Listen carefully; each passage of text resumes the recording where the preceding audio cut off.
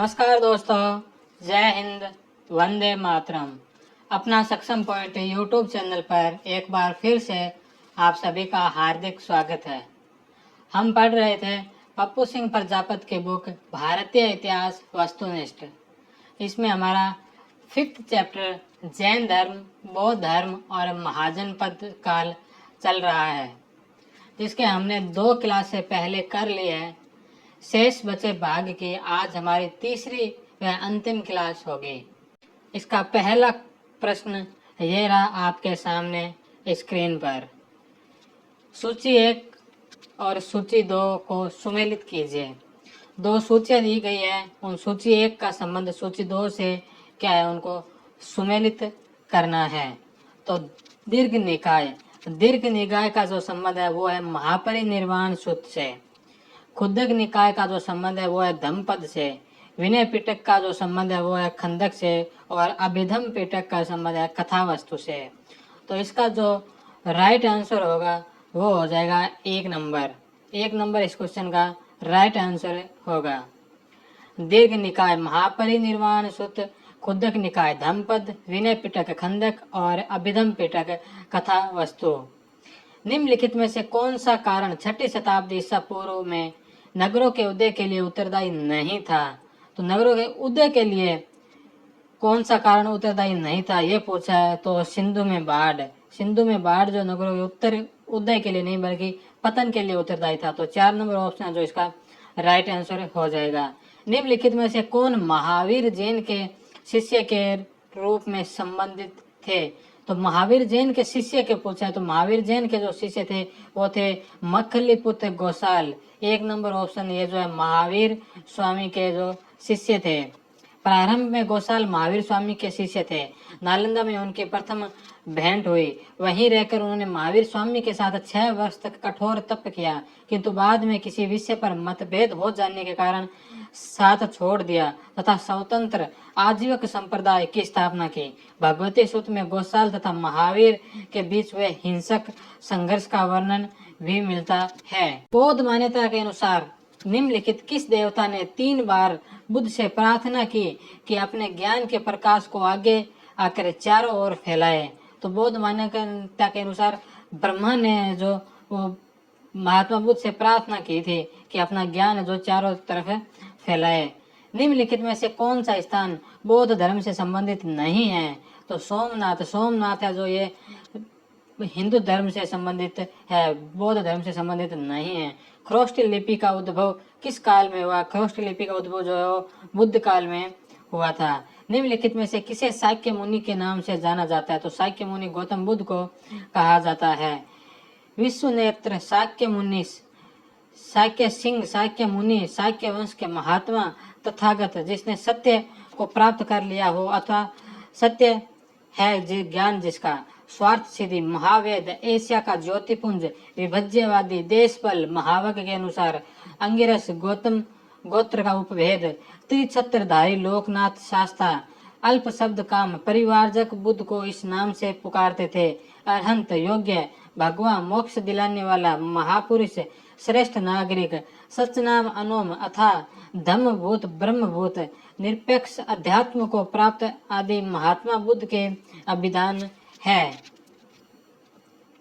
गौतम बुद्ध की माँ किस वंश से संबंधित थी? तो गौतम बुद्ध की जो माँ है वो कोल्य वंश से संबंधित थी। गौतम बुद्ध का जन्म कपिलवस्तु के निकट लुम्बिनी में 563 ईस्वी में हुआ था। इनके पिता शुद्धोधन शाक्य गण के प्रधान थे तथा माता माया देवी कोल्य गणराज्य या कोल्य वंश की कन्या थी। महावीर की शिक्षा का विशेष नाम क्या था? तो 5 महावर्त दिए थे। कौन सा धर्म रत्न त्रिरत्न में विश्वास करता है? तो त्रिरत्न जैन धर्म और बौद्ध धर्म दोनों ही है। 1 और 2 दोनों ऑप्शन है जो सही है। जैन धर्म के सिद्धांतों के अनुकूल नहीं है। तो जैन धर्म के सिद्धांतों के अनुकूल नहीं है। अहिंसा पर अत्यधिक बल ये तो है। काया क्लेश से शरीर का अंत ये बात भी सही है। जन भाषा में प्रचार ये बात भी सही है। ईश्वर द्वारा कैवल्य की प्राप्ति, कैवल्य ज्ञान की प्राप्ति ईश्वर द्वारा, ईश्वर का उन्होंने विरोध किया था। तो ये बात है जो गलत है।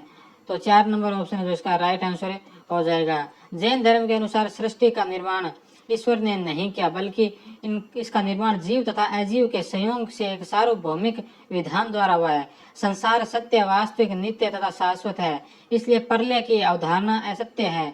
जैन दर्शन के अनुसार जीव का पुद्गल कर्म से मुक्त हो जाना मोक्ष है। मोक्ष को जैन दर्शन में केवल्य तथा इसे प्राप्त करने वाले को केवली अथवा केवलिन कहा गया है। जैन धर्म के किस तीर्थंकर ने सर्वथा वस्त्र त्याग करने का आदेश दिया था? तो वस्त्र त्याग करने का जो आदेश है वो 24वें तीर्थंकर महावीर स्वामी ने दिया था। भगवान बुद्ध के द्वारा बताए गए मध्यम मार्ग का क्या अभिप्राय है? तो मध्यम मार्ग का अभिप्राय पूछा, दुख और सुख के बीच का मार्ग नहीं, आत्मा परमात्मा के बीच का मार्ग नहीं, स्वर्ग प्राप्ति का मार्ग नहीं, न अधिक काम भोग और न अधिक काया क्लेश। तो ये जो है मध्यम मार्ग है, ये 4 नंबर ऑप्शन जो इसका सही आंसर होगा। महायान शाखा का साहित्य लिखा गया था, तो महायान शाखा का जो साहित्य है वो संस्कृत भाषा में लिखा गया था। 3 नंबर ऑप्शन जो इसका राइट आंसर हो जाएगा। हेमवत संप्रदाय एक शाखा थी, तो हेमवत संप्रदाय जो वो किसकी शाखा थी? तो ये महासंगिक की शाखा थी। निकाय संग्रह के अनुसार तृतीय संगीति के अनंतर महासंगिक 9 शाखाओं में बंट गया। हेमवत, राजगिर, सिद्धतक, पुबसेल, अपरसेल, वाजिर्य, अंधक और अंज महासंगिक। सम्रादित्य कथा का संबंध किस संप्रदाय से है? तो यह जैन संप्रदाय से है। 3 नंबर ऑप्शन। निम्नलिखित में से कौन सा युग्म गलत है? तो गलत युग्म पूछा है। अवंती, चद प्रद्योत महासेना, मगध के उदयन, कौशल के शासक प्रसन्नचित, ये सही है, लेकिन लच्छर के शासक अजात शत्रु जो मगध के शासक थे। निम्नलिखित में से कौन सा नाम बुद्ध का दूसरा नाम है? तो बुद्ध का दूसरा नाम है पार्थ, परछन, मिहिर, गोडाकेश। तो ये चारों ये जो बुद्ध के नाम नहीं है। बुद्ध का नाम जो वो सिद्धार्थ था, तो इसका 5 नंबर ऑप्शन हो जाएगा, इनमें से कोई नहीं। गौतम बुद्ध के बचपन का नाम सिद्धार्थ था। इन्हें शाक्य मुनि, तथागत आदि नामों से जाना जाता है। आदि गुरु शंकराचार्य को प्रच्छन्न बोध या छिपा हुआ बुद्ध मार्गी कहा जाता है। पार्थ, परछन, मिहिर, गुड्डाकेश भगवान बुद्ध के अन्य नाम नहीं है। गुड्डाकेश व पार्थ अर्जुन के अन्य नाम है। इस प्रकार अभिष्ट 5 जो है वो सही है, किंतु लोक सेवा आयोग ने अपने प्रारंभिक एवं संशोधित दोनों ही उत्तर पत्रों में इस प्रश्न का उत्तर 4 जारी किया है। चार ऑप्शन में जो गुड्डाकेश ऑप्शन है ये आरपीएससी ने सही माना है उत्तर, और छत्तीसगढ़ लोक सेवा आयोग ने अपने आंसर की में इसका उत्तर 2 माना है। 2 में जो प्रच्छन्न नाम है, प्रच्छन्न बुद्ध, ये है जो सही आंसर माना है। महापरिनिर्वाण मंदिर स्थित है। महापरिनिर्वाण जो मंदिर है वो कुशीनगर में स्थित है। 1 नंबर। महापरिनिर्वाण मंदिर उत्तर प्रदेश के कुशीनगर जिले में स्थित है। मंदिर में स्थापित भगवान बुद्ध की मूर्ति 1876 ईस्वी में उत्खनन के द्वारा प्राप्त की गई थी। महापरिनिर्वाण मंदिर विश्व में बौद्ध धर्म के सबसे पवित्र मंदिरों में से एक माना जाता है। निम्नलिखित राज्यों में किसका संबंध बुद्ध के जीवन से था? तो बुद्ध के जीवन का संबंध जो है वो कौशल से था और मगध से था। तो स और द जो इसके सही आंसर है, स और द। 3 number option. विकल्प में दिए गए महाजनपदों में से कौशल एवं मगध महाजनपदों का संबंध बुद्ध के जीवन से था। गौतम बुद्ध ने अपनी शिक्षा के प्रचार प्रसार हेतु मगध एवं कौशल दोनों राज्यों में भ्रमण किया था। निम्नलिखित में से कौन सा एक बौद्ध मत में निर्वाण की अवधारणा की सर्वश्रेष्ठ व्याख्या करता है? तो निर्वाण की अवधारणा की जो सर्वश्रेष्ठ व्याख्या करता है वो क्या है? तो वो इसका 1 नंबर ऑप्शन तृष्णा रूपी अग्नि का समान है। 1 नंबर ऑप्शन है जो इसका राइट आंसर है। अन्य धर्मों में जहाँ निर्वाण मृत्यु के पश्चात ही प्राप्त हो सकता है, परंतु बौद्ध धर्म के अनुसार यह इसी जीवन में संभव है। निर्वाण का अर्थ जीवन चक्र, मृत्यु तथा पुनर्जन्म से है, न कि केवल मृत्यु से है। बुद्ध के सदृश अर्थात जिसने परम ज्ञान प्राप्त किया हो, किसी जीवन मुक्त की मृत्यु को महापरिनिर्वाण कहा जाता है। बुद्ध के अनुसार दुखों का अंत निर्वाण है, अर्थात निर्वाण जीवन निरोध, मृत्यु न होकर मनोभाव निरोध तथा चित्तवृत्ति निरोध है। भव तृष्णा, रूप तृष्णा तथा विभव तृष्णा का शांत हो जाना ही निर्वाण है। बुद्ध कौशाम्बी के किस राज्य काल में आए थे?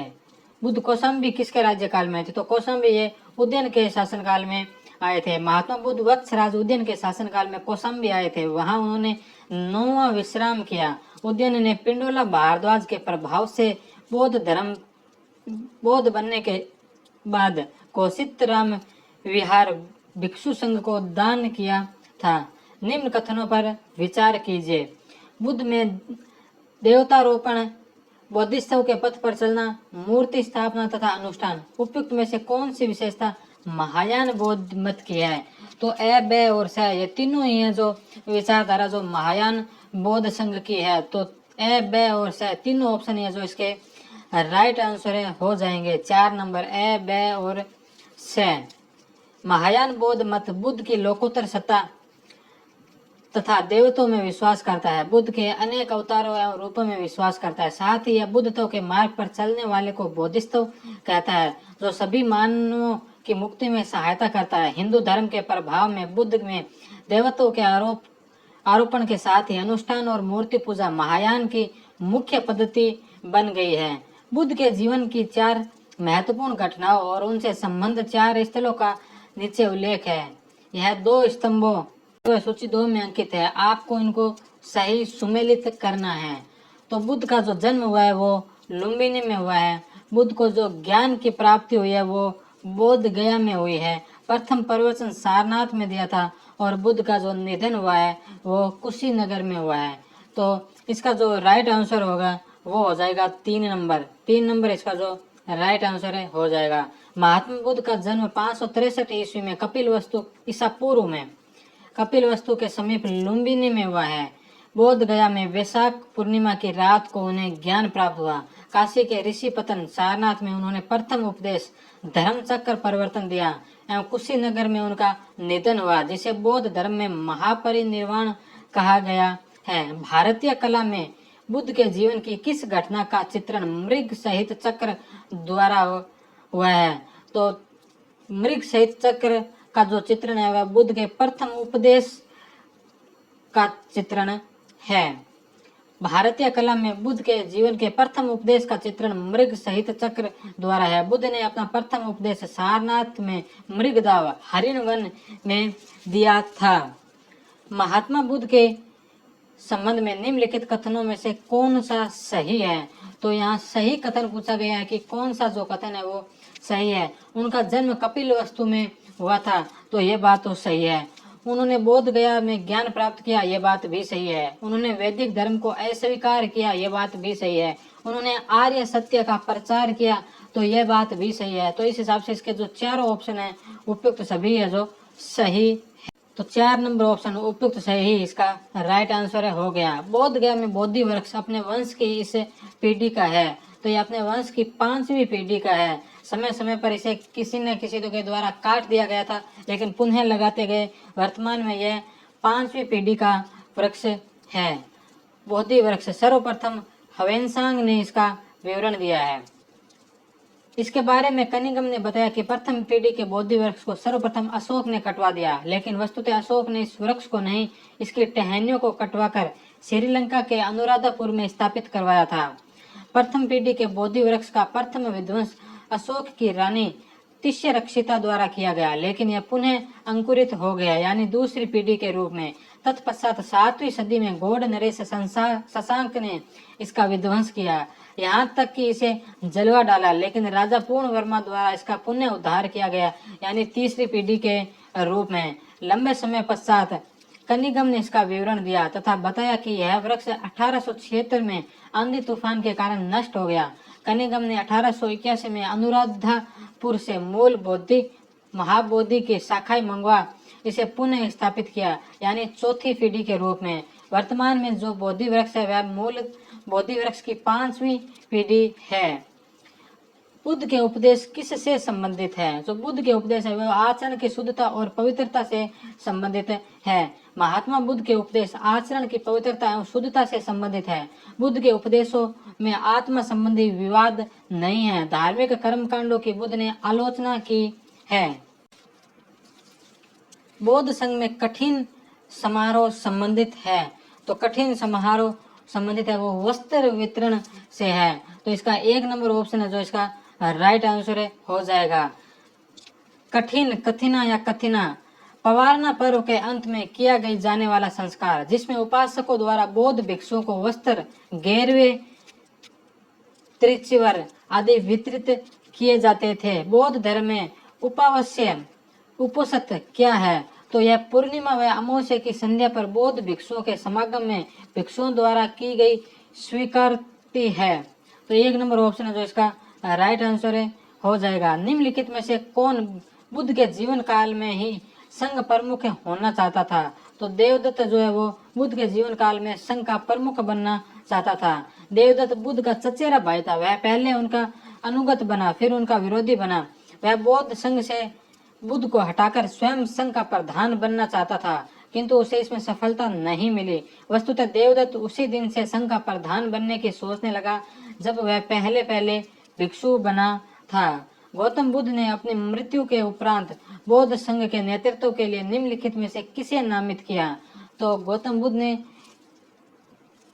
आनंद, महाकश्यप या उपाली, इन तीनों को वही नामित नहीं किया था। तो उपयुक्त में से कोई नहीं। कुशीनारा में मल्लों के सालवन में विश्राम के दौरान अपनी मृत्यु से पूर्व बुद्ध ने भिक्षुओं को निकट बुलाकर धर्मोपदेश दिया। आनंद, शायद तुम ऐसा सोचो कि हमारे शास्त्र चले गए, अब हमारा शास्त्र नहीं है। आनंद, ऐसा मत समझना। मैंने जो धर्म और विनय किए हैं मेरे बाद भी वे ही तुम्हारे शास्त्र होंगे। इस प्रकार स्पष्ट है कि बुद्ध ने अपनी मृत्यु के उपरांत बौद्ध संघ के नेतृत्व के लिए किसी को भी नामित नहीं किया, बल्कि अपने उपदेशों, धर्म एवं विनय को ही मार्गदर्शक बताया। अष्टांग मार्ग की संकल्पना या अंग है। तो धर्म चक्र परिवर्तन सूत्र की विषय वस्तु का अष्टांग मार्ग जो है वो धर्म चक्र परिवर्तन सूत्र की विषय वस्तु का अंग है। गौतम बुद्ध के बारे में निम्नलिखित में से क्या सत्य है? तो गौतम बुद्ध के बारे में सत्य पूछा कि सत्य कथन कौन सा है? वे कर्म में विश्वास करते थे, आत्मा का शरीर में परिवर्तन मानते थे, निर्वाण प्राप्ति में विश्वास करते थे, ईश्वर की सत्ता में विश्वास करते थे। तो इसका ए और स जो सही है, ए और स यहाँ किसी भी ऑप्शन में नहीं है। तो ये जो एक बोनस अंक माना गया था, क्योंकि इसका ए और स जो इसका सही आंसर है। महात्मा बुद्ध कर्म सिद्धांत में विश्वास करते थे। वे आत्मा में विश्वास न करते हुए भी पुनर्जन्म में विश्वास करते थे। बुद्ध के अनुसार चरित्र कर्म का पुनर्जन्म होता है। वे निर्वाण प्राप्ति में भी विश्वास करते थे, किंतु ईश्वर की सत्ता में विश्वास नहीं करते थे। अतः उपयुक्त विकल्पों में से ए और स जो सही है।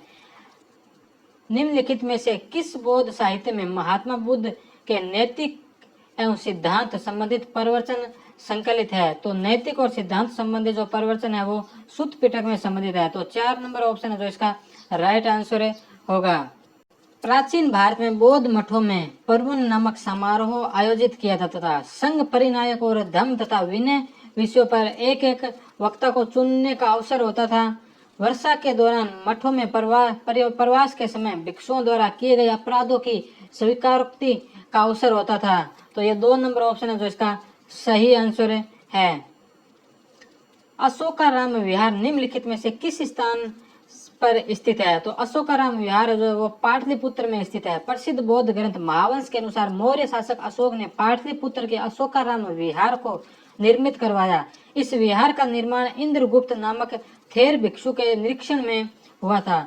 विश्व का सबसे ऊंचा कहा जाने वाला विश्व शांति स्तूप बिहार में कहाँ पर स्थित है? तो बिहार के राजगीर में स्थित है। बिहार के राजगीर की पहाड़ियों 400 मीटर की ऊंचाई पर स्थित शांति स्तूप विश्व का सबसे ऊंचा कहा जाने वाला विश्व शांति स्तूप है। वह स्तूप स्थल जिसका संबंध भगवान बुद्ध के जीवन की किसी घटना से नहीं रहा है। तो सांची का जो स्तूप है उसे भगवान बुद्ध के जीवन काल की किसी घटना से संबंध नहीं है। गया स्थल बुद्ध की ज्ञान प्राप्ति से, सारनाथ धर्म चक्र परिवर्तन से, कुशीनारा या कुशीनगर बुद्ध की मृत्यु से संबंधित है, जबकि सांची बुद्ध के जीवन की किसी भी विशेष घटना से संबंधित नहीं है। निम्नलिखित स्तूपों का सही तिथि कर्म या काल कर्म क्या है? तो तिथि कर्म पूछा है, जो सबसे पहले कौन सा स्थापित किया गया और सबसे बाद में कौन सा हुआ। तो सबसे पहला जो है वो बरहुत का है, उसके पश्चात सांची, उसके पश्चात अमरावती और उसके पश्चात है जो दमेक का है। तो 1 नंबर ऑप्शन है जो इसका राइट आंसर है हो जाएगा। निम्नलिखित बौद्ध स्तूपों को काल क्रम में व्यवस्थित कीजिए तथा नीचे दिए गए कूट की सहायता से सही उत्तर का चयन कीजिए। तो इसमें सबसे प्राचीन जो आता है सांची का स्तूप है, इसके पश्चात अमरावती का है, इसके पश्चात है जो सारनाथ का है और जो सबसे अंतिम आता है वो नालंदा का आता है। तो 1 नंबर ऑप्शन है जो इसका राइट आंसर है हो जाएगा। निम्नलिखित में से कौन बौद्ध स्थापत्य कला का भाग नहीं है?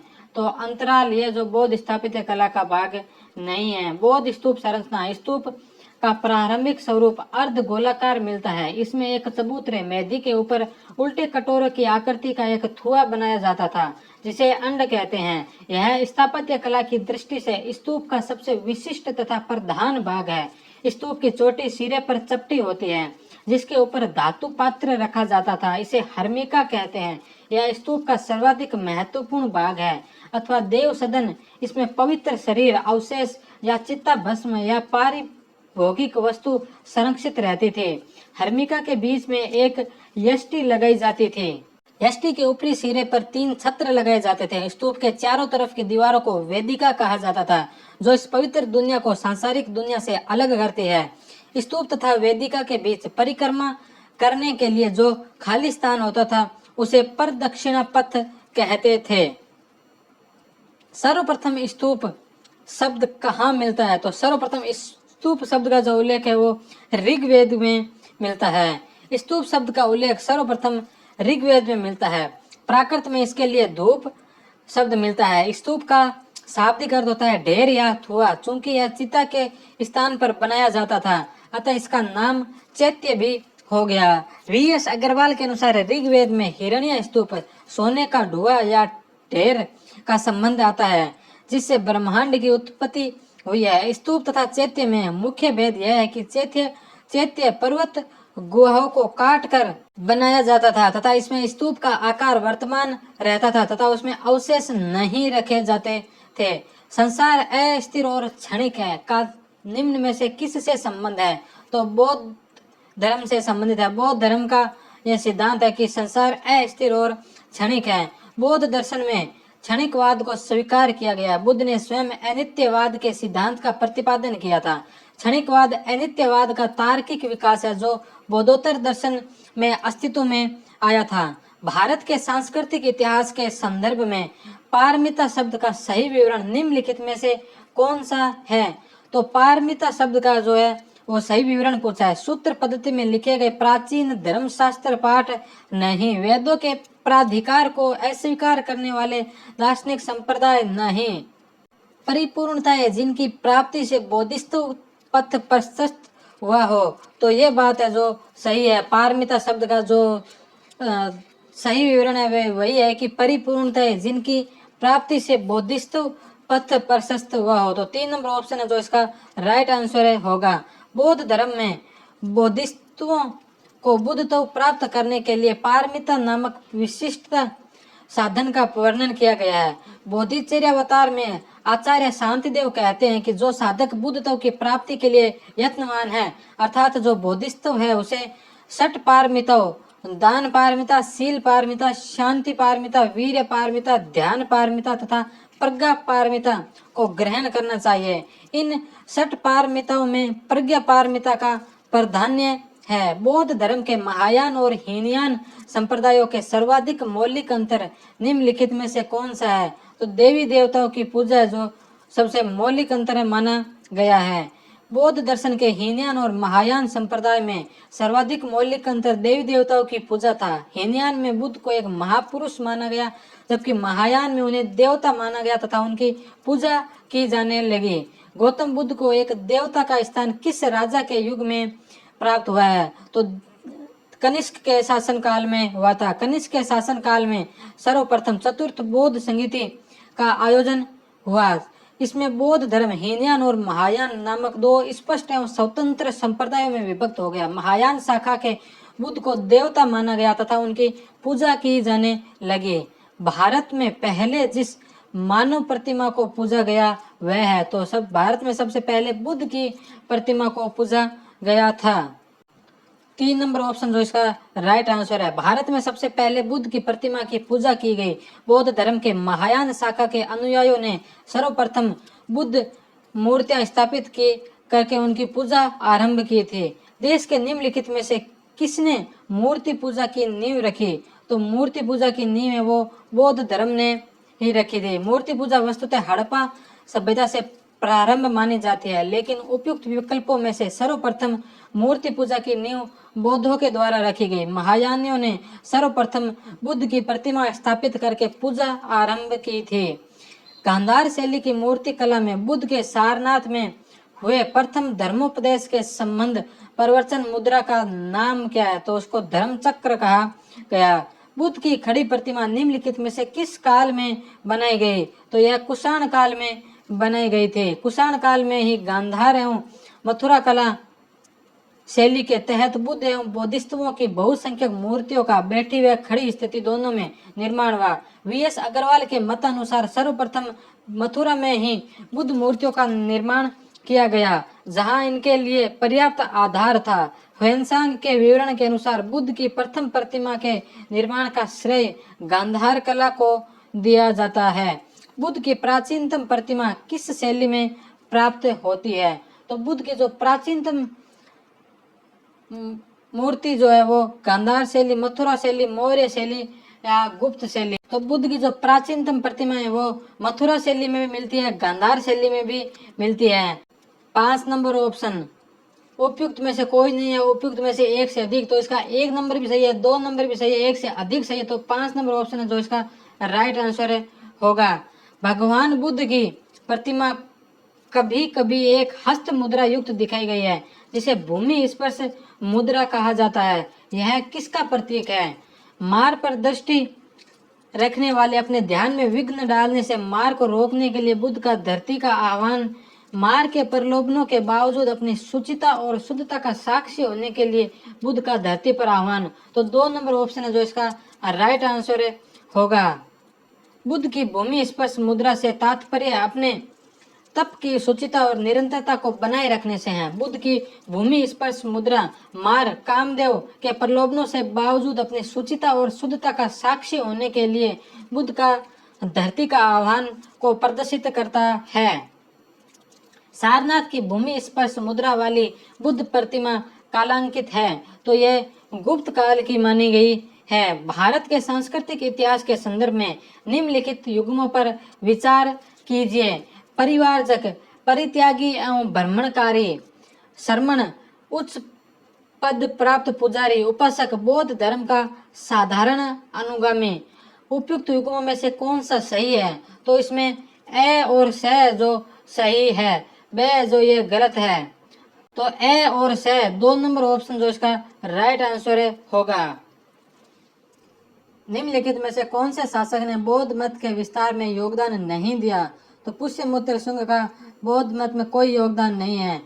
तो 4 नंबर ऑप्शन है जो इसका राइट आंसर हो जाएगा। भारत के कुछ शासक जिन्होंने बौद्ध धर्म के प्रचार में योगदान दिया वे अशोक, कनिष्क, हर्षवर्धन व पाल शासक थे। भारत के बाहर सर्वप्रथम बौद्ध धर्म का प्रचार प्रसार मौर्य सम्राट अशोक ने किया। अशोक ने इसका विस्तार दक्षिण एशिया व दक्षिणी पूर्व एशिया में किया। तृतीय बौद्ध संगीति से सर्वप्रथम बौद्ध धर्म भारत से बाहर श्रीलंका में गया। प्रथम शताब्दी ईसा पूर्व में सिंहल नरेश वहगामिनी के समय सर्वप्रथम बौद्ध धर्म के त्रिपिटकों को लिपिबद्ध किया गया। व्यक्तियों पर विचार करें और नीचे दिए गए कूट से सही उत्तर चुने। कुशीनगर मल्ल गणराज्य की राजधानी थी, तो यह बात सही है। महात्मा बुद्ध का महापरिनिर्वाण कुशीनगर में हुआ, तो यह बात भी सही है। ए और ब दोनों सही है, परंतु ब ए की सही व्याख्या कर रहा है। नहीं, ब का ए से कोई संबंध नहीं है, लेकिन ब और ए दोनों सही है। तो इसका जो राइट आंसर होगा वो हो जाएगा 2 नंबर। ए और ब दोनों सही है, परंतु ब ए की सही व्याख्या नहीं कर रहा, तो 2 नंबर इसका जो है सही उत्तर हो जाएगा। बौद्ध ग्रंथ अंगुत्तर निकाय में वर्णित 16 महाजन पदों में से मल एक महाजन पद था। यह एक संघ राज्य था जिसमें पावा, मडरोना तथा कुशीनोरा, कश्या, मल गणराज्य की जुड़वा राजधानियां थी। महात्मा बुद्ध को महापरिनिर्वाण कुशीनारा में प्राप्त हुआ था। निम्नलिखित युगों में से कौन से सही सुमेलित है? तो इनमें जो सही सुमेलित है वो देखने हैं। लोथल प्राचीन गोदी क्षेत्र, तो ये बात सही है। सारनाथ बुद्ध का प्रथम धर्मोपदेश, ये बात भी सही है। राजगीर अशोक का सिंह स्तंभ लेख, तो ये जो सही नहीं है। नालंदा बौद्ध अधिगम का महान पीठ, तो ये बात भी सही है। तो इसमें ए, बे और द, ये जो तीनों सही है। ए, बे और द, 3 नंबर ऑप्शन जो इसका राइट आंसर होगा। भारत में के धार्मिक इतिहास के संदर्भ में निम्नलिखित कथनों पर विचार कीजिए। स्थाविरवादी महायान बौद्ध धर्म से संबंध है।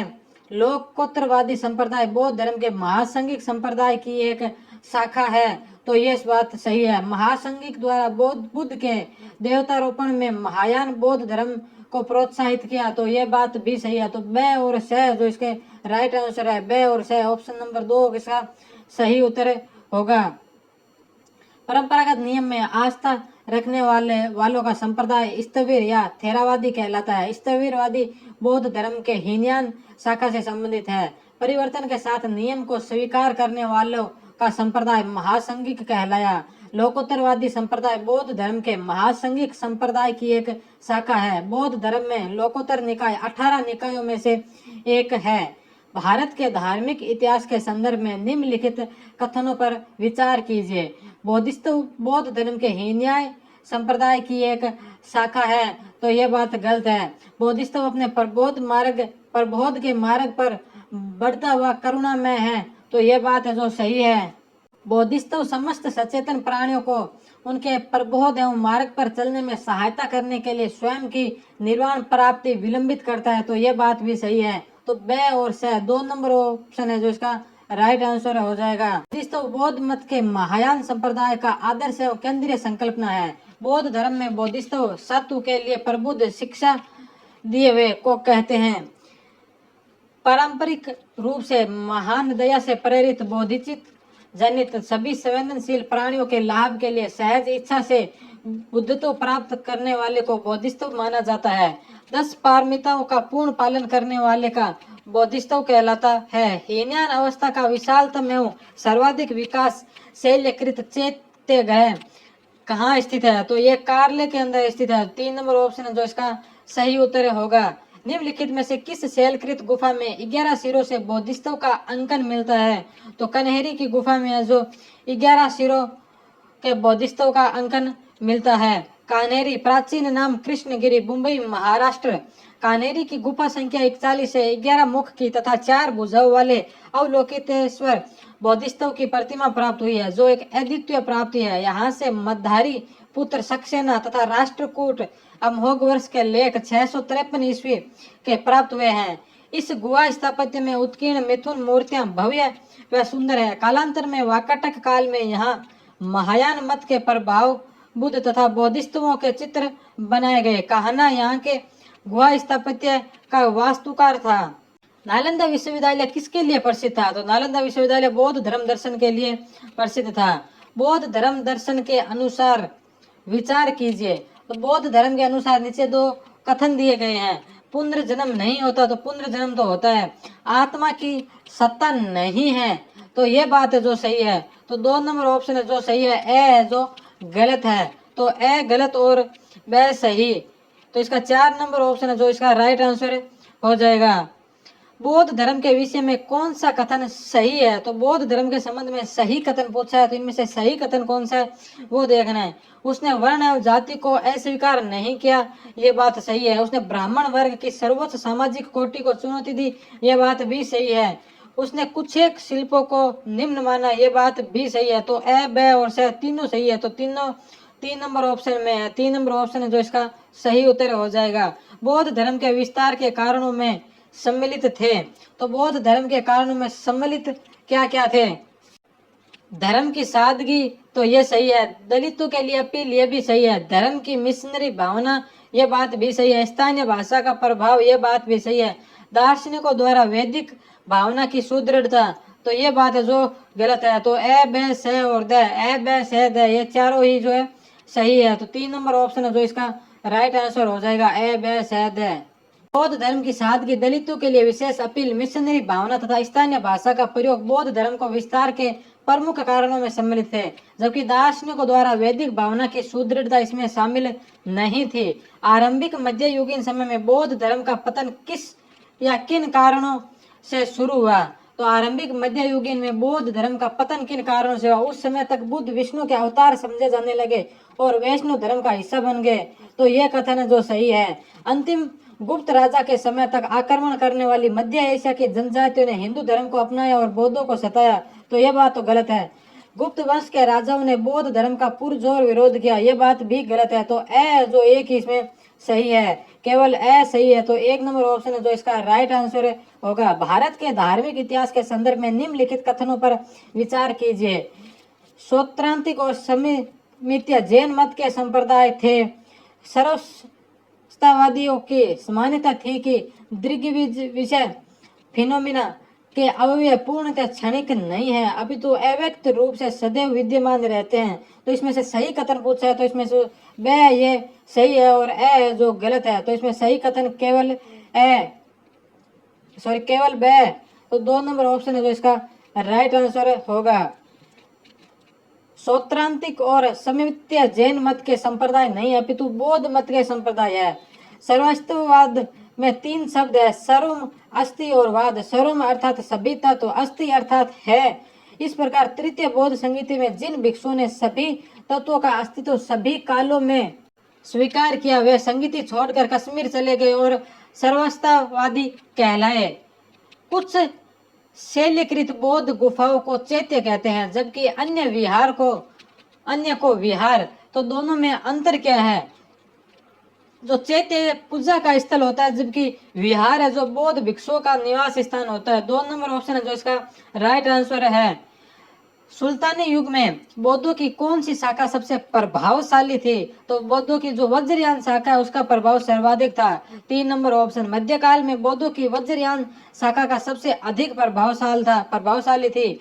वज्रयान का सबसे अधिक विकास 8वीं शताब्दी में हुआ तथा इसके सिद्धांत मंजूश्री, मूल कल्प तथा गुह्य समाज नामक ग्रंथों में मिलते हैं। जैन धर्म में पूर्ण ज्ञान के लिए क्या शब्द है? तो पूर्ण ज्ञान के लिए केवल्य शब्द का प्रयोग किया गया है। जैन धर्म में पूर्ण ज्ञान के लिए केवल्य शब्द का प्रयोग किया गया। महावीर स्वामी को 12 वर्षों की कठोर तपस्या तथा साधना के पश्चात जृंभिक का ग्राम के समीप ऋजुपालिका नदी के तट पर एक साल वृक्ष के नीचे केवल्य पूर्ण ज्ञान प्राप्त हुआ, फलतः वह केवलिन कहलाए। महावीर स्वामी को किस नदी पर ज्ञानोदय प्राप्त हुआ? तो महावीर स्वामी को ऋजुपालिका नदी के किनारे जो ज्ञान की प्राप्ति हुई।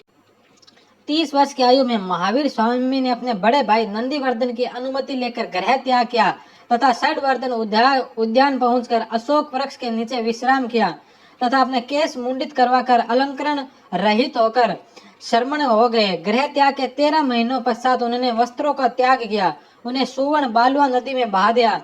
कठिन साधना तथा उपवास करते हुए कल्प सूत्र तथा आचरांग सूत्र में वर्णन।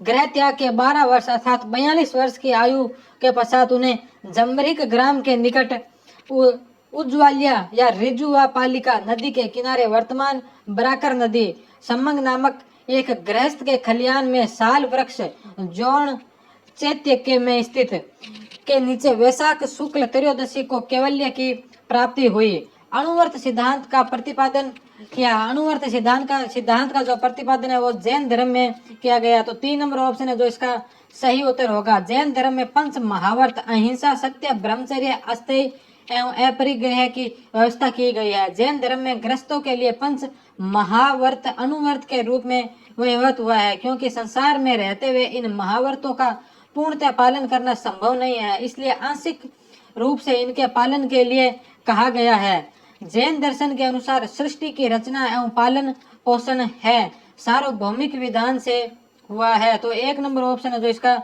राइट आंसर होगा। जैन दर्शन के अनुसार समस्त विश्व जीव तथा अजीव नामक 2 नित्य एवं स्वतंत्र तत्वों से मिलकर बना है। जीव चेतन तत्व है जबकि अजीव अचेतन जड़ तत्व है। जैन मतानुसार आत्माएं अनेक होती है तथा सृष्टि के कण कण में जीवों का वास है। जैन दर्शन के अनुसार सृष्टि की रचना एवं पालन पोषण सार्वभौमिक विधान से हुआ है, इसका कोई संचालन या नियंत्रण करता नहीं है। निम्नलिखित में से कौन सा धर्म विश्व विनाशकारी प्रलय की अवधारणा में विश्वास नहीं करता? तो जैन धर्म। 2 नंबर ऑप्शन। जैन धर्म के अनुसार विश्व शाश्वत है, इसका अस्तित्व असंख्य चक्रों में विभक्त है, प्रत्येक चक्र 2 अवधियों में विभाजित है, एक उच्च पीढ़ी विकास की अवधि तथा दूसरी अवसपीढ़ी ह्रास की अवस्थित अवधि। जैन धर्म का आधारभूत बिंदु क्या है? तो अहिंसा। अहिंसा पर जोर दिया गया है। अहिंसा जैन धर्म का आधारभूत बिंदु है। जैन धर्म में सम्यक चरित्र के अंतर्गत परिवारजकों अथवा तापसों के लिए अहिंसा, सत्य, अस्थेय, ब्रह्मचर्य एवं अपरिग्रह नामक 5 महाव्रत की व्यवस्था की गई है। यापनीय किसका एक संप्रदाय है? तो यापने जैन धर्म का ही एक संप्रदाय है। यापने 148 ईस्वी में श्री कृष्ण नामक श्वेतांबर साधु ने कल्याणगढ़ हैदराबाद के पास में एक यापने संप्रदाय की स्थापना की। इस संप्रदाय के साधु सामान्यतः नग्न रहते हैं, किंतु भिक्षाटन के समय अपने गुप्तांगों को ढक लेते हैं। वस्तुतः यह श्वेतांबर तथा दिगंबर संप्रदायों का मिश्रित रूप है। यह मत कदम्बों, राष्ट्रकूटों तथा दक्षिण के अन्य वंशों में प्रचलित है। भारत की धार्मिक प्रथाओं के संदर्भ में स्थानवासी संप्रदाय का संबंध किससे है? तो यह जैन मत से है। 2 नंबर ऑप्शन। जैन श्वेतांबर उप संप्रदाय पुजारा या डेरावासी या चैत्यवासी, मंदिर मार्गी, मूर्ति पूजा में विश्वास, ढोंडिया या स्थानवासी या विस्तोला या साधु मार्गी मूर्ति पूजक नहीं थे, केवल जैन सिद्धांतों में विश्वास करते थे। तेरापंथी आचार्य भिक्षु द्वारा 1760 में स्थापित 32 आगम को प्रमाणित करते मानते हैं। निम्नलिखित में से कौन सबसे पूर्वकालिक जैन ग्रंथ कहलाता है? तो 14 पूर्व, यह जो पूर्वकालिक जैन ग्रंथ माना जाता है। 14 पूर्व प्राचीनतम जैन ग्रंथ है। अंतिम नंद राजा के समय संभूत विजय तथा भद्रभाव जैन संघ के अध्यक्ष थे तथा ये ही महावीर द्वारा प्रदत्त 14 पूर्वों के विषय में जानने वाले अंतिम व्यक्ति थे। भगवान महावीर का प्रथम शिष्य कौन था? तो भगवान महावीर का प्रथम शिष्य जमाली था। महावीर ने अपना प्रथम उपदेश राजगृह के निकट विपुलाचल पहाड़ी पर दिया। इसे वीर शासन उदय कहा जाता है। इसके प्रधान श्रोता बिंबिसार, चेलना तथा अजात शत्रु की माता थे। महावीर का प्रथम शिष्य जमाली था। निम्न कथनों पर विचार कीजिए। वर्धमान महावीर की माता लिच्छवी के मुख्य चेटक की पुत्री थी। गौतम बुद्ध की माता कोल्य राजवंश की राजकुमारी थी। तो यह बात तो सही है। 23वें तीर्थंकर पार्श्वनाथ बनारस से थे, तो ये बात भी सही है। तो इसमें बे और से 2 जो सही है, ये है जो गलत है। वर्तमान महावीर की माता त्रिशला या विदेहता वैशाली के लिच्छवी कुल के प्रमुख चेटक की बहन थी, न की पुत्री। इसी कारण मातृपक्ष के वे मगध के हरेक शासक बिंबिसार तथा अजात शत्रु के निकट संबंधी थे। 23वें तीर्थंकर पार्श्वनाथ का जन्म वाराणसी बनारस में भगवान महावीर के लगभग 250 वर्ष पूर्व हुआ था। प्राचीनतम जैन धर्म के संबंध में निम्नलिखित कथनों में से कौन सा सही है?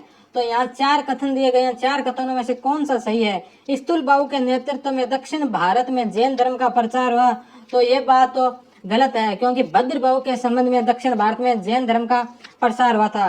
पाटलिपुत्र में हुई परिषद के पश्चात जो जैन धर्म के लोग भद्रबाहु के नेतृत्व में रहे वे श्वेतांबर कहलाए। तो वे श्वेतांबर नहीं, दिगंबर कहलाए थे। तो ये बात भी गलत है।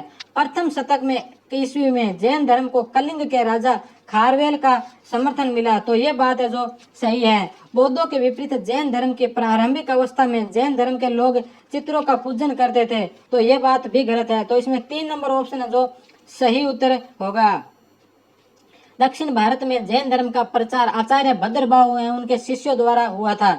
भद्रबाहु के समर्थक दिगंबर कहलाए। इन्होंने पाटलिपुत्र में आयोजित जैन धर्म की प्रथम महासभा में भाग नहीं लिया था, जबकि कलिंग का चेदी वंशीय शासक खारवेल जैन धर्म का अनुयायी था।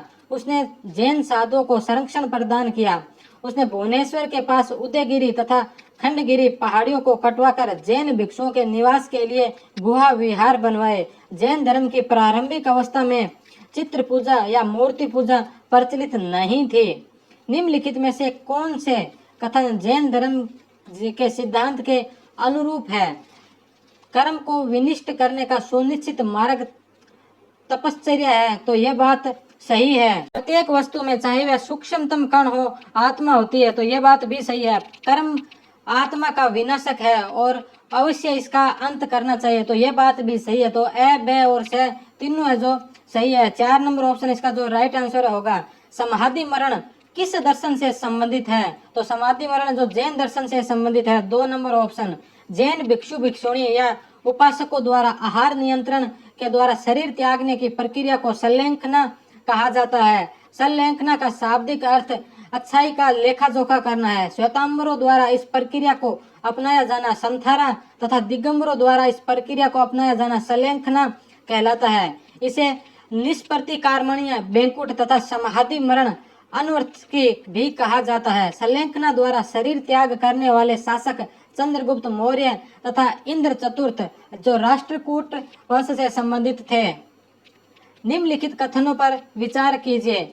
दक्षिण भारत के इक्ष्वाकु शासक बौद्ध मत के विरोधात्मक थे, तो ये बात गलत है। पूर्वी भारत के पाल शासक बौद्ध मत के समर्थक थे, तो ये बात है जो सही है। तो इसमें बे है जो इसका सही उत्तर होगा। इक्ष्वाकु मुख्यतः बौद्ध मत के पोषक थे। इस वंश का एक रोचक तथ्य यह भी है कि इस वंश के शासक अधिकांशतः ब्राह्मण धर्म के अनुयायी जबकि रानियां बौद्ध धर्मावलंबी थे। पूर्वी भारत का पाल वंश बौद्ध मत संरक्षण देने वाला अंतिम राजवंश था। सूची 1 को सूची 2 से सुमेलित कीजिए तथा नीचे दिए गए कूट का सही उत्तर चयन कीजिए। तो एक तरफ आचार्यों के नाम दे रखे हैं और दूसरी तरफ उनके सिद्धांत दे रखे हैं। तो लकुलिस आचार्य का जो सिद्धांत है वो पाशुपत सिद्धांत है। नागार्जुन का सिद्धांत शून्यवाद है। भद्रबाहु का जो सिद्धांत है वो जैन और घोषाल का सिद्धांत है जो आजीवक है। तो इसका जो सही उत्तर होगा वो हो जाएगा 1 नंबर ऑप्शन है जो इसका राइट आंसर हो जाएगा। लकुलिस पाशुपत, नागार्जुन शून्यवाद, भद्रबाहु जैन और घोषाल आजीवक। उत्तर प्रदेश में बौद्ध धर्म एवं जैनियों द्वारा प्रसिद्ध तीर्थ स्थली कौन सी है? तो उत्तर प्रदेश में बौद्धों और जैन दोनों की जो तीर्थ स्थली है वो है कौशाम्बी। प्रयागराज इलाहाबाद के दक्षिण पश्चिम में स्थित कौशम नामक स्थान ही प्राचीन काल का कौशाम्बी था। वैदिक एवं जैन साहित्य में अनेक बार कौशाम्बी का उल्लेख हुआ है। जैन ग्रंथ के अनुसार कुशाम्ब नामक वृक्षों के अधिकता के कारण इस नगर का नाम कौशाम्बी पड़ा।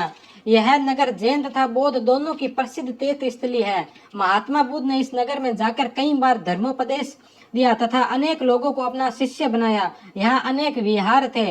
सर्व प्रमुख घोषित राम विहार था जिसका निर्माण श्रेष्ठी घोषित ने करवाया था तथा जैन धर्म के छठे तीर्थंकर पद्म प्रभु का प्रसिद्ध मंदिर प्रभागिरी भी यहीं पर अवस्थित है। निम्नलिखित में से कौन सा एक कथन सही नहीं है?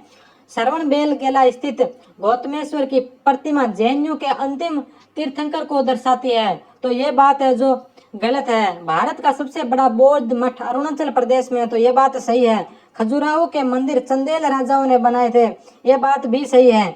होयसलेश्वर मंदिर शिव को समर्पित है, तो ये बात भी सही है। तो इसका 1 नंबर ऑप्शन है जो असत्य है वो इसका राइट आंसर हो जाएगा।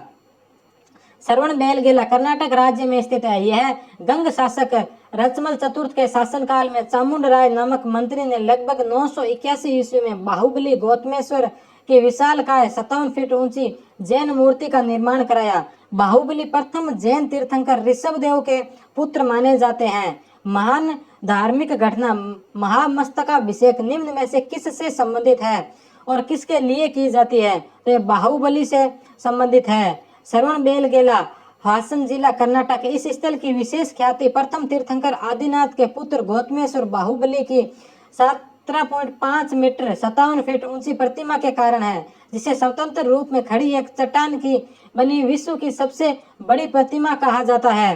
प्रत्येक 12 वर्षों में बाहुबली की इस प्रतिमा का दूध, पुष्प व रत्नों द्वारा महामस्तकाभिषेक किया जाता है, जो जैन धर्म का महाकुंभ भी कहलाता है। जैन धर्म में भगवान बाहुबली का पहला मोक्षगामी माना जाता है। हाल ही में फरवरी 2018 में इस प्रतिमा का 86वां महामस्तक का अभिषेक किया गया था। निम्नलिखित में से कौन सा सबसे विशालकाय जैन प्रतिमा है? तो श्रवणबेलगोला की गोमट की 81वां प्रतिमा, तो 1 नंबर ऑप्शन है जो इसका सही उत्तर होगा। भारत में आस्तिक नास्तिक संप्रदायों में कौन सा विभेदक लक्षण है? तो वेदों की प्रामाणिकता में आस्था, 3 नंबर ऑप्शन। आस्तिक और नास्तिक संप्रदाय के वर्गीकरण का आधार कभी वेद प्रमाण में विश्वास रहा है तो कभी ईश्वर की सत्ता में विश्वास है। परलोक की मान्यता भी इस वर्गीकरण का आधार रही है, किंतु वेद प्रमाण में विश्वास ही इस वर्गीकरण का सर्वसम्मत आधार बना। अर्थात आस्तिक संप्रदाय वे है जो वेदों की प्रामाणिकता को मानते हैं तथा नास्तिक संप्रदाय वे हैं जो वेदों की प्रामाणिकता को नहीं मानते हैं। विश्व का पहला गणतंत्र वैशाली में किसके द्वारा स्थापित किया गया? तो लिच्छवियों के द्वारा स्थापित किया गया। महाभारत के अनुसार उत्तरी पांचाल की राजधानी कहाँ थी? अहिछत्रपुर। उत्तरी पांचाल की राजधानी अहिछत्रपुर थी तथा दक्षिणी पांचाल की राजधानी कांपिल्य थी। निम्नलिखित कथन ए और बे को पढ़े तथा नीचे दिए गए कूटों से सही उत्तर का चयन कीजिए। विश्व के सभी भागों में ईस्वी पूर्व 6वीं शताब्दी एक महान धार्मिक उथल फुथल का काल था, तो यह बात तो सत्य है। वैदिक धर्म बहुत जटिल हो चुका था, तो यह बात भी सही है। तो ए और बे दोनों है जो सही है। 6वीं शताब्दी ईसा पूर्व के काल को जहां R.S. शर्मा ने नगरीय क्रांति का काल कहा, वहीं दूसरी ओर G.C. पांडे ने इसे अभिसंबोधि युग कहा। वास्तव में यह सदी बौद्धिक हलचल की सदी थी। इसी समय चीन में कन्फ्यूशियस तथा लाओत्सो, ईरान में जरथुस्ट्र, यूनान में पाइथागोरस एवं जूडिया, इसराइल में जेमोरिया जैसे धर्मों तथा धर्म परिवर्तकों का आविर्भाव हुआ। भारत में इस समय अनेक संप्रदाय अस्तित्व में आए, जिनमें केवल बौद्ध धर्म तथा जैन धर्म ही अधिक प्रसिद्ध हुए। ईसा पूर्व 6वीं शताब्दी तक आते आते समाज के एक बड़े भाग में ब्राह्मण धर्म के विरोध में घोर असंतोष फैल गया। उस समय तक ब्राह्मण धर्म वैदिक कालीन सरलता छोड़कर नितांत जटिल तथा यांत्रिक बन गया था।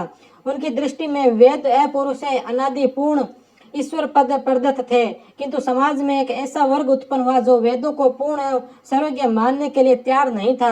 यह वर्ग मानव की स्वतंत्र गरिमा का पक्षपाती था तथा मनुष्य को बहुसंख्यक देवी देवताओं की अधीनता से मुक्त करना चाहता था। पिपरवाह स्थल निम्नलिखित प्राचीन नगरों में किस नगर के सदृश है? तो कपिलवस्तु 3 नंबर ऑप्शन। कुछ जैन महाविद्याओं का सर्प वाहन सहित शिल्पांकित किया गया है। काली, गौरी, वैराट्या या महाकाली। अपने सही उत्तर का चयन कर निम्न कूट के आधार पर आंसर दीजिए। ए और सी, बी और डी, डी और सी या केवल सी वैराट्या? तो केवल सी है जो इसका सही उत्तर है। तो 4 नंबर ऑप्शन है जो इसका सही उत्तर हो गया। बुद्ध के समकालीन धार्मिक संप्रदायों का उल्लेख किस बौद्ध साहित्य में प्राप्त होता है? तो ये ब्रह्मजाल सूत्र में प्राप्त होता है। 6वीं शताब्दी ईसा पूर्व गंगा घाटी क्षेत्र में बौद्ध धर्म ग्रंथ ब्रह्मजाल सूत्र दीर्घ निकाय का एक भाग के अनुसार 62 तथा जैन ग्रंथ सूत्र कीर्तांग के अनुसार 363 संप्रदायों का उल्लेख मिलता है। स्थानांग नामक एक अन्य जैन ग्रंथ में भी उस काल के कई दार्शनिकों सिद्धांत देखने को मिलते हैं। बौद्ध साहित्य में अपने संप्रदाय के भिन्न संप्रदायों को अन्य तिथित्य कहा गया। बौद्ध ग्रंथों में वर्णित 62 विरोधी संप्रदायों को मिथ्या दृष्टिया कहा गया है। अभिकथन ए, व्यापारिक अर्थव्यवस्था बुद्ध के समय में फलने फूलने लगी। और कारण आर, जैनों ने बड़ी संख्या में कृषि को छोड़कर व्यापार को अपनाया। तो ए और आर है जो दोनों सही है, लेकिन ए जो आर की सही व्याख्या नहीं है। तो 2 नंबर ऑप्शन है जो इसका राइट आंसर हो जाएगा। दक्षिण के एक प्रारंभिक केंद्र के स्तंभ पर जैतवन महाविहार के दान का अंकन मिलता है, वो है अमरावती का 1 नंबर ऑप्शन। ओडिशा में उदयगिरी खंडगिरी की पहाड़ियों की विभिन्न गुफाएं प्रमाणित करती है कि ओडिशा के दीर्घ काल तक जैन धर्म का अस्तित्व था। तो ये बात है जो सही है। 1 नंबर ऑप्शन होगा जो इसका राइट आंसर होगा। उदयगिरी व खंडगिरी कुमारी पहाड़ियां पश्चिमी भारत के ही समान पूर्वी भारत में भी पर्वत गुहाओं को काट कर विहार बनवाए गए थे। इनमें सर्वप्रथम उड़ीसा के भुवनेश्वर स्थित उदयगिरी तथा खंडगिरी के गुहा विहार है, जिनका निर्माण कलिंग के चैदी वंशीय शासक खारवेल ईसा पूर्व की प्रथम शताब्दी में जैन भिक्षुओं के आवास के लिए निर्मित करवाया।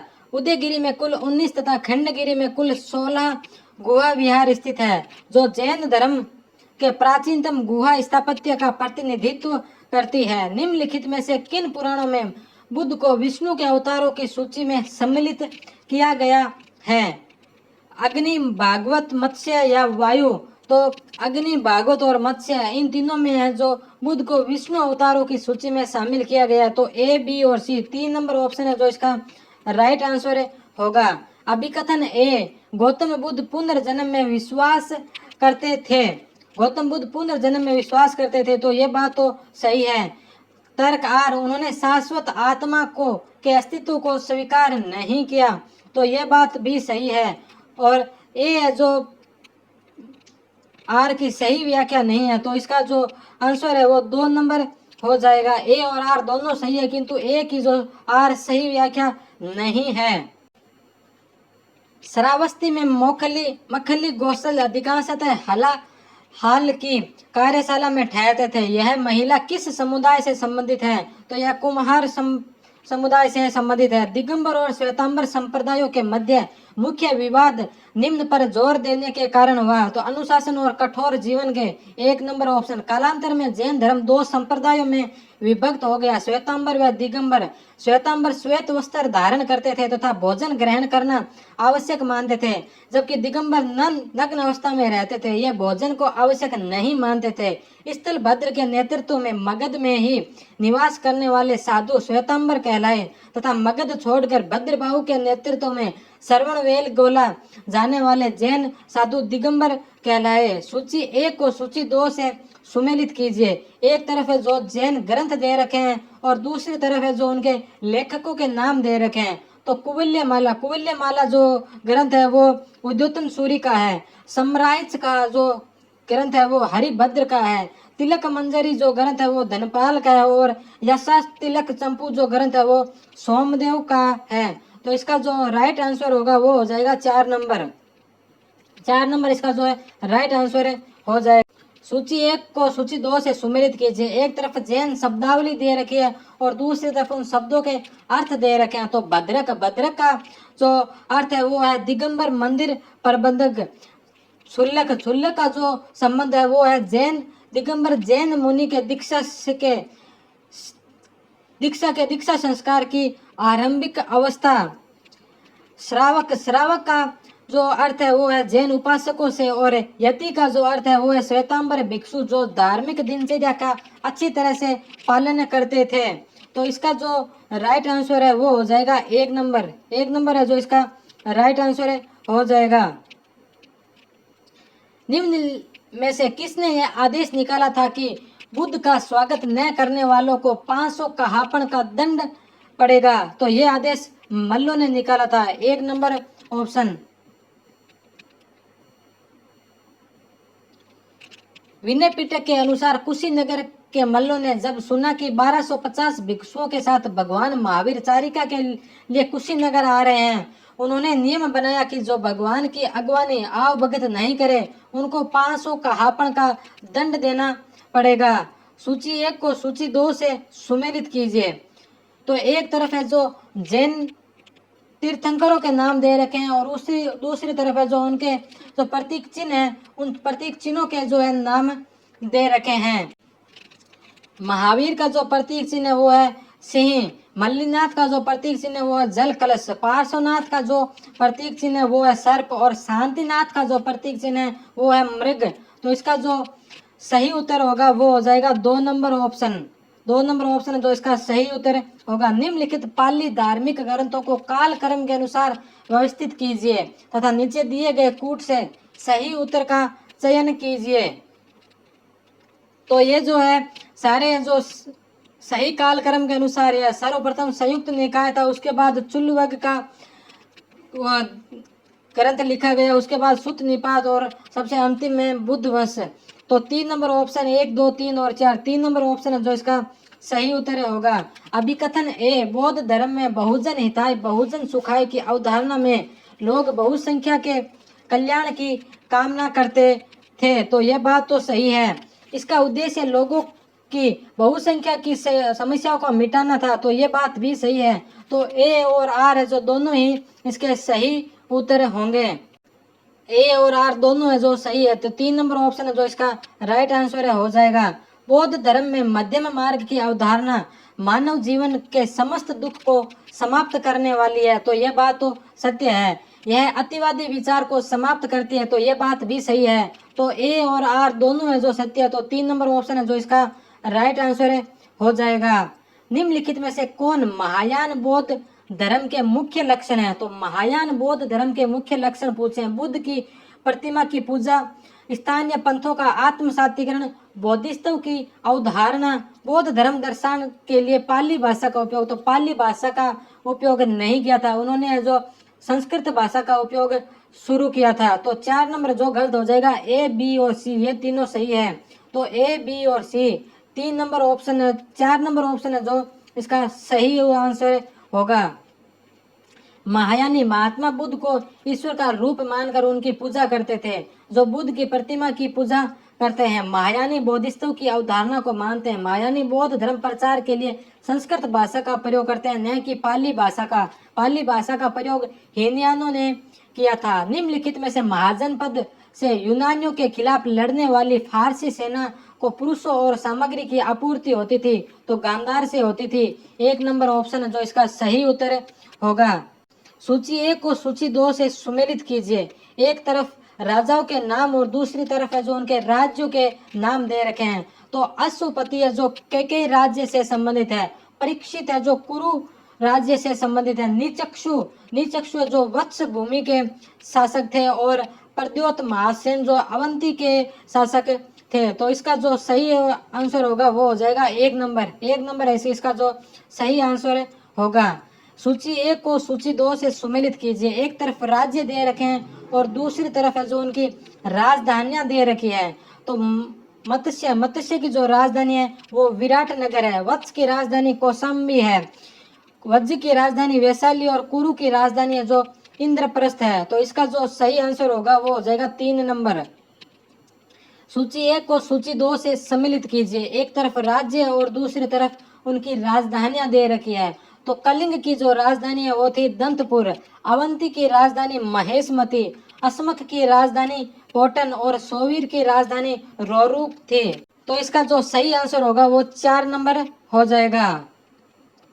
निम्नलिखित को क्रमानुसार लिखित और निम्न कोट में सही उत्तर का चयन कीजिए। तो सबसे जो छोटा स्थान होता था वो जन का होता था। जन के बाद जनपद होते थे। जनपद के बाद महाजनपद और महाजनपद के बाद साम्राज्य होते थे। तो 3 नंबर ऑप्शन है जो इसका राइट आंसर है हो जाएगा। 3 नंबर ऑप्शन है जो इसका सही। सूची 1 को सूची 2 से सुमेलित कीजिए और सही उत्तर का चयन कीजिए। तीर्थंकर का संबंध जैन धर्म से है। कथा सरित सागर जो सोमदेव कृत है। बोधिस्तव जो है बौद्ध धर्म का सिद्धांत है। और व्रत कथा मंजरी जो सेमेदर कृत है। तो इसका जो सही आंसर होगा वो हो जाएगा 1 नंबर। 1 में 2, 2 में 3, 3 में 1 और 4 में जो 4। सूची 1 को सूची 2 से सुमेलित कीजिए। सूची 1 और सूची 2 में को सुमेलित करना है। त्रिरत्न का संबंध जो जैन धर्म से है। जातक कथाओं का संबंध बौद्ध धर्म से है। मुद्रा राक्षस जो विशाख दत्त के द्वारा लिखी गई। और कथा सरित सागर है जो सेमेदर कृत है। तो इसका जो सही उत्तर होगा वो हो जाएगा 4 नंबर। 4 नंबर जो इसका सही उत्तर होगा। अभिकथन ए, भारत में द्वितीय नगरीकरण लौह तकनीक के कारण हुआ। तो ये बात तो सत्य है। लौह तकनीक गतिशील शक्ति था। तो ये बात भी सत्य है। तो ए और आर दोनों है जो सही है। 3 नंबर ऑप्शन है जो इसका राइट आंसर होगा। अभिकथन ए, छिद्रित सिक्कों पर ब्राह्मी लिपि में अभिलेख थे। और तर्क आर, इससे वाणिज्य में सुगमता आई थी। तो आर सही है किंतु ए गलत है। तो 2 नंबर ऑप्शन है जो इसका राइट आंसर हो जाएगा। 2 नंबर ऑप्शन इसका सही उत्तर होगा। सूची 1 को सूची 2 से सुमेलित कीजिए तथा नीचे दिए गए कूटों से सही उत्तर का चयन कीजिए। वर्णाश्रम जो है वैदिक धर्म का सिद्धांत है। तीर्थंकर जो है वो जैन धर्मों के हैं। शिववाद का संबंध ब्राह्मणवाद से और वज्रयान का संबंध है जो बौद्ध धर्म से है। तो इसका जो सही आंसर होगा वो हो जाएगा 1 नंबर। 1 नंबर इसका सही आंसर होगा। नदी जो शाक्यों तथा कोलियों के मध्य सीमा निर्धारण करती है। रोहिणी नदी। 4 नंबर ऑप्शन।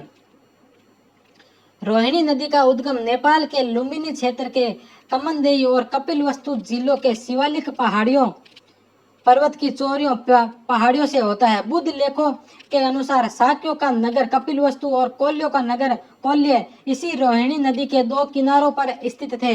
दोनों नगरों के कृषक खेतों में सिंचाई हेतु इसी नदी के पानी का इस्तेमाल करते थे। निम्नलिखित में से कौन कौशल नरेश प्रसेनजीत का मंत्री नहीं था? तो बंधुल जो कौशल नरेश प्रसेनजीत का मंत्री नहीं था। मृगधर, श्रीवृद्ध और दीर्घचारण्य ये तीनों प्रसेनजीत के मंत्री थे। प्रसेनजीत के समय में कौशल का राज्य अपने उत्कर्ष पर था। मृगधर, श्रीवृद्ध व दीर्घचारण प्रधानमंत्री उसके मंत्री थे। प्रसेनजीत की मंत्री परिषद में 500 सदस्य थे। वह अपनी दानशीलता के लिए प्रसिद्ध था। बुद्ध व प्रसेनजीत की भेंट का वर्णन भरूच स्तूप में अंकित है। तो ये था दोस्तों बौद्ध धर्म, जैन धर्म और महाजनपद काल का 5वां चैप्टर, जो आज यहीं पर समाप्त हो गया है। अब आगे का चैप्टर मगध का उदय जो 6ठा चैप्टर है वो आगे की क्लास में किया जाएगा। धन्यवाद।